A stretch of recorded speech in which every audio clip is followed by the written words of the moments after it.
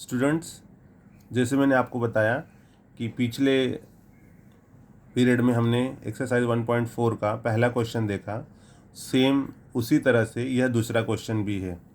यहाँ देखिए, आपको दिख रहा है 1/x + y plus 2/x - y बराबर 4, और दूसरा इक्वेशन है 15/x + y minus 5/x - y बराबर -2। तो हम ध्यान देंगे इसमें कि बटे में है x + y, तो हम यहाँ मान लेंगे, माना 1/x + y equals to a, 1/x - y equals to b। तो आप ध्यान दोगे कि जो यहाँ पर अंश के बाद हर है, यहाँ पर अंश और हर है, दोनों इक्वेशन में ऐसे ही है।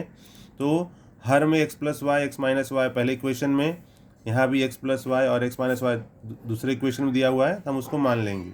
ठीक है, अब हम देखते हैं कि इस इक्वेशन को हम कैसे लिख सकते हैं। यह इक्वेशन हमारा हो जाएगा 10 गुणे 1/x + y प्लस 2 गुणे 1/x - y बराबर 4। तो आप ध्यान दोगे बच्चों कि 1/x + y को हमने माना है a, 10a plus 2 1/x - y है, इसको हमने b माना है 2b इक्वल्स टू 4। ये हमारा हो गया इक्वेशन नंबर 1। ठीक है, अब इसके बाद में इसी प्रकार से हमारा दूसरा इक्वेशन है 15/x + y minus 5/x - y बराबर -2। इसको हम इस प्रकार से लिख सकते हैं जैसे ऊपर लिखा गया है, 15 गुणे 1/x + y माइनस 5 गुणे 1/x - y बराबर -2। अब चूंकि हमने यहाँ पर माना हुआ है 15 गुणे 1/x + y, तो इसको भी आप लिख लोगे 15a माइनस 5b बराबर -2। ये हो गया हमारा इक्वेशन नंबर 2। इक्वेशन 1 और 2 के दोनों चरांक जैसे a और b आप देखोगे डिफरेंट दिख रहे हैं। यहाँ 10a 2b है, यहाँ 15a -5b है।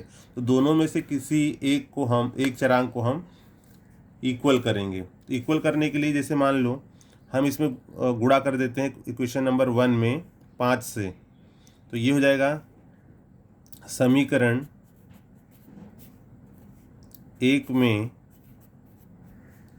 5 से गुणा करने पर, गुणा करिए, पहले में आपको हो जाएगा 10 × 5 = 50 a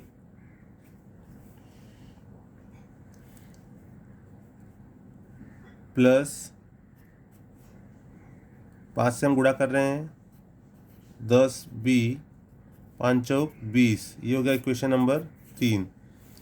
और यहाँ देखोगे दूसरे में 15a 5b है, तो इधर दो मतलब पहला इक्वेशन था, इसमें मैंने 5 से गुणा किया, तो 5 × 50, 5 दूनी 10, 5 चौक 20। और जो दूसरा इक्वेशन है वो है 15a - 5b - 2। तो मुझे अगर b वाला टर्म सेम करना है तो मैंने 5 का गुणा इस पूरे में कर दिया। अब क्या करूँगा, मैं 2 का गुणा दूसरे में करूँगा। तो यहाँ आप लिखोगे समीकरण 2 में 2 से गुणा करने पर, अगर आप 2 से गुणा करते हो तो क्या मिलेगा आपको, 15 दूनी 30 a minus 10b equals to, यहाँ पर ऑलरेडी दिया हुआ है आपको -2, तो -2 है तो 2 दूनी 4 -4। ये हो गया हमारा इक्वेशन नंबर 4। अब आप देखोगे कि इक्वेशन नंबर 3rd और 4th में 50a + 10b equals to 20, 30a - 10b equals to -4। तो 3 और 4 में देखो जो b वाला टर्म है वो सेम है, तो यहाँ पर प्लस और माइनस है, तो हम यहाँ लिखेंगे समीकरण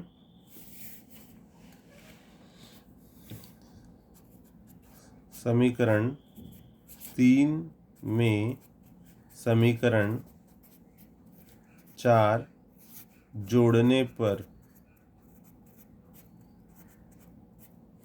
समीकरण 3 में 4 अगर हम जोड़ते हैं देखते हैं क्या मिलता है। पहला हमारा इक्वेशन है 50A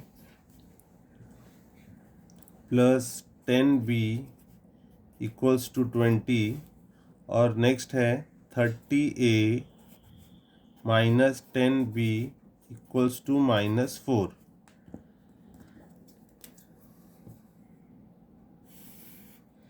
तो देखिए यहाँ plus 10B minus 10B cancel, यहाँ हो गया आपका 80A, क्योंकि यहाँ पर जोड़ने की क्रिया हो रही है तो जब जोड़ने जाएंगे तो प्लस और माइनस है तो ये B वाला टर्म कैंसल, 50A और 30A ऐड हो जाएगा 80A और यहाँ 20 में से 4 घट जाएगा तो यहाँ हो जाएगा 16। इसलिए A इक्वल्स टू 16/80। 16 एकम 16, 16 पचे 80। तो आपको यहाँ पर मिलेगा 1/5। A equals to 1/5। ठीक है बच्चों, अब ये जो आपको मान मिला है 1/5, इसको हम पुनः समीकरण 1 या 2 में रख सकते हैं। A बराबर 1/5 समीकरण 1 में रखने पर आप किसी में भी रख सकते हो, 1 2 3 4, चारों में से किसी भी इक्वेशन रख सकते हो। मान लो मैं यहाँ पर रख रहा हूँ पहले में, तो हमारा पहला इक्वेशन है 10A plus 2B equals to 4। Therefore 10 into 1/5 plus 2B equals to 4। अब आप देखोगे 5 एकम 5, 5 दूनी 10, 5 एकम 5, 5 दूनी 10, तो 2 1 2 प्लस 2B इक्वल्स टू 4। क्या मिलेगा हमें? Therefore 2B equals to 4 minus 2। Therefore 2B equals to 2। Therefore B equals to 2/2 और हमें B का मान मिल जाएगा 1। तो इस प्रकार बच्चों हमें A और B के मान मिल गए।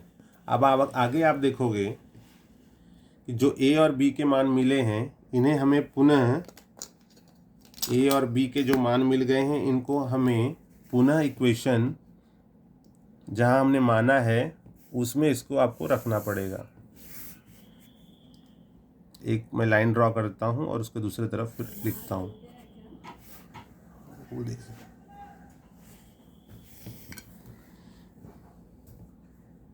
बच्चों, इसके आगे का मैं आपको अगले वीडियो में भेजता हूँ।